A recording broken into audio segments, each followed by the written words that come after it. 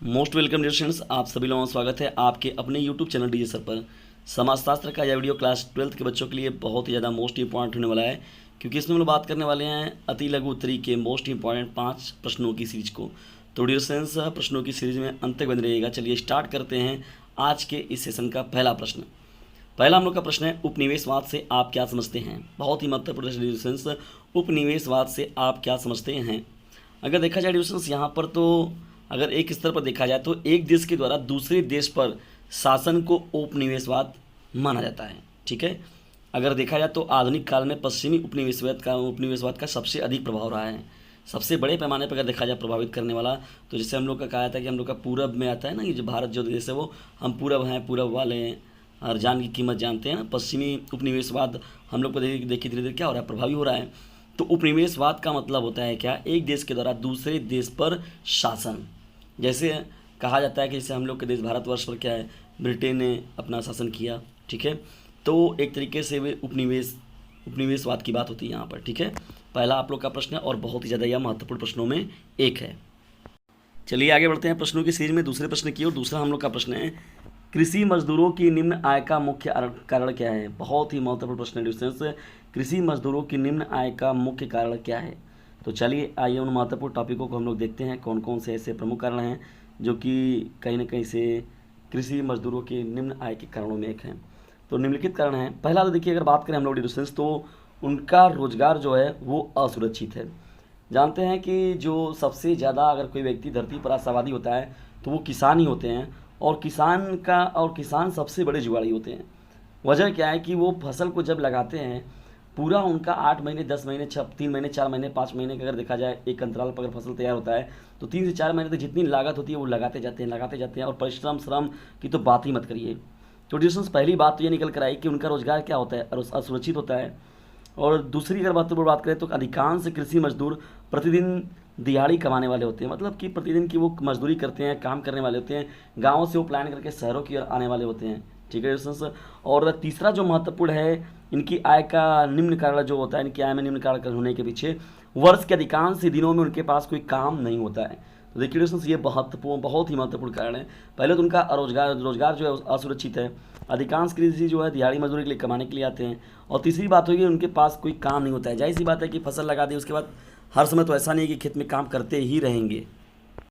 बढ़ते हैं तीसरे महत्वपूर्ण प्रश्न की। देखिए तीसरा हम लोग का प्रश्न क्या है, सामाजिक विषमता से क्या अभिप्राय है। तो देखिए सीधा सीधा एकदम है कि कुछ विशेष चीज़ों से कुछ लोग वंचित रह जाते हैं, तो उन्हें ही हम लोग बात करते हैं सामाजिक समता का ना होना। एक प्रकार से समाज में हर चीज़ों का बंटवारा ना होना, एक तरीके से देखा जाए, चाहे वो धन की बात हो गई, चाहे वो संपदा की बात हो गई, चाहे वो शिक्षा की बात हो गई, स्वास्थ्य की बात हो गई। जैसे कहा था हम लोग के भारत में कि 2-3 लोग ऐसे इतने बड़े अमीर हैं कि वो 2-3 लोगों का पैसा अगर एक तरफ रख दिया जाए, और जितने भी लोग हैं मतलब 135 करोड़ लोगों को एक तरफ रख दिया जाए, तो समझ लीजिए वो भी उन पर भारी पड़ जाएंगे। तो ये स्थिति है। तो सामाजिक विषमता से क्या अभिप्राय है। प्रत्येक समाज में कुछ लोगों के पास धन, संपदा, शिक्षा की बात हो गई, स्वास्थ्य एवं शक्ति जैसे मूल्यवान संसाधनों का दूसरों की अपेक्षा अधिक बड़ा भाग होता है, जबकि कुछ लोगों के पास इसका अभाव होता है, जिसे सामाजिक विषमता कहा जाता है। जैसे हम लोग कह रहे हैं कि अडानी विश्व के दूसरे नंबर के अमीर आदमी हो गए, या पर ये मुकेश अंबानी की बात थी, वो इतने अमीर हैं। वो तो ऐसे 2-4-5 अगर हम लोग 2-3 अगर देखा जाए भारत के अमीर अगर लोगों को, तो अगर उनको एक तरफ रखा जाए और 135 करोड़ जनसंख्या वाले उनके पैसे को एक तरफ रखा जाए, तब भी वो उस पर क्या हो जाएंगे, भारी हो जाएंगे। तो इसे एडियोशन हम लोग बोलते हैं सामाजिक विषमता। ये हम लोग का तीसरा प्रश्न है और बहुत ज़्यादा मोस्ट इंपॉर्टेंट है। चलिए बढ़ते हैं हम लोग अब चौथे प्रश्न की ओर। लेकिन बढ़ने से पहले डिस्क्रिप्शन आप लोग को डिस्क्रिप्शन बॉक्स में एक नंबर मिलेगा 950 690 250 7, उससे मैसेज डालिए व्हाट्सएप पर। मैं आप लोग को ग्रुप में जोड़ दूंगा, जिसमें कि आप लोग को फ्री में PDF वगैरह जो होगा, मार्गदर्शन होगा, वो सभी चीज़ें आप लोग को फ्री में अवेलेबल कराई जाएंगी। और डिस्क्रिप्शन इस चैनल का लिंक जो है फटाफट अपने क्लासमेट पर शेयर कर दीजिए, और ज़्यादा से ज़्यादा शेयर करिए, ताकि और भी बच्चे जो हैं लाभान्वित हो सकें। चौथा हम लोग का प्रश्न है, समाजशास्त्र में क्या शिक्षा प्रदान करता है। देखिए समाजशास्त्र की बात हो रही है, तो समाजशास्त्र अगर बारे में बात की जाए तो यह शिक्षा प्रदान करता है कि हमें विश्व को न केवल स्वयं की बल्कि दूसरों की दृष्टि से भी देखना चाहिए। भाई जाहिर है, व्यक्ति का सामाजिक होना क्या मतलब है, उदारता होना चाहिए, सद्भावना होना चाहिए, प्रेम की भावना होना चाहिए, एक दूसरे के लिए सहयोग की भावना होनी चाहिए, मानवता की बात होनी चाहिए, तथा मानव समाज के संदर्भ में निष्पक्ष वैज्ञानिक सत्य की ओर बढ़ना चाहिए। ठीक है दोस्तों, तो समाजशास्त्र हमें ये शिक्षा प्रदान करता है कि केवल अहम में ही ना रहना, बल्कि दूसरों के लिए भी बल्कि दूसरों की दृष्टि से भी देखना चाहिए। मतलब दृष्टिकोण इंसान का जो होता है, तो ये नहीं कहते सामाजिक तौर पर ना, समाजशास्त्र ये कहते हैं कि समाज में रहने वाले व्यक्ति तो सामाजिक इनको कहा गया। समाजशास्त्र की बात होती है तो समाजशास्त्र एक बहुत ही अनिवार्य विषयों में एक है। चलिए बढ़ते हैं हम लोग अब अंतिम प्रश्न की। देखिए हम लोग का 5वां प्रश्न क्या है, साक्षरता से आप क्या समझते हैं। बहुत ही मोस्ट इंपॉर्टेंट प्रश्न है डिविजन्स, साक्षरता से आप क्या समझते हैं। देखिए एक तरीके से कहा जाए तो शिक्षित तो होना, और शिक्षित होने का मतलब है कि सही मायनों में शिक्षित होना, केवल किताबी ज्ञान की बात नहीं हो रही है, व्यवहारवादी और अधिकारवादी दोनों की बात हो रही है। तो दोनों रूपों से क्या होना, शिक्षित होना, ये एक तरीके से साक्षरता की बात की जाती है। ठीक है, अपने लिए की बात करना, अपने जो के हक अधिकार में उनके लिए बातें करना।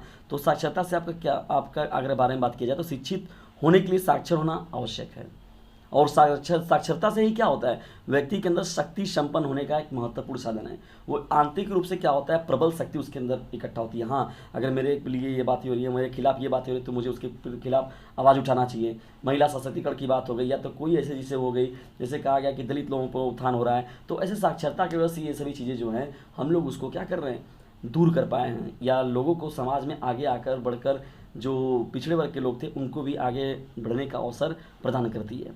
अगर देखा जाए डिविजन्स भारत के बारे में, तो भारत का लगभग 2/3 भाग जो है वो साक्षरता की ओर धीरे धीरे बढ़ चुका है। तो ये एक बहुत ही अच्छी पहल है। तो डिविजन्स ये साक्षरता बहुत ही महत्वपूर्ण है। और साक्षरता के मामले में जानते हैं केरल जो है वो प्रथम पर है।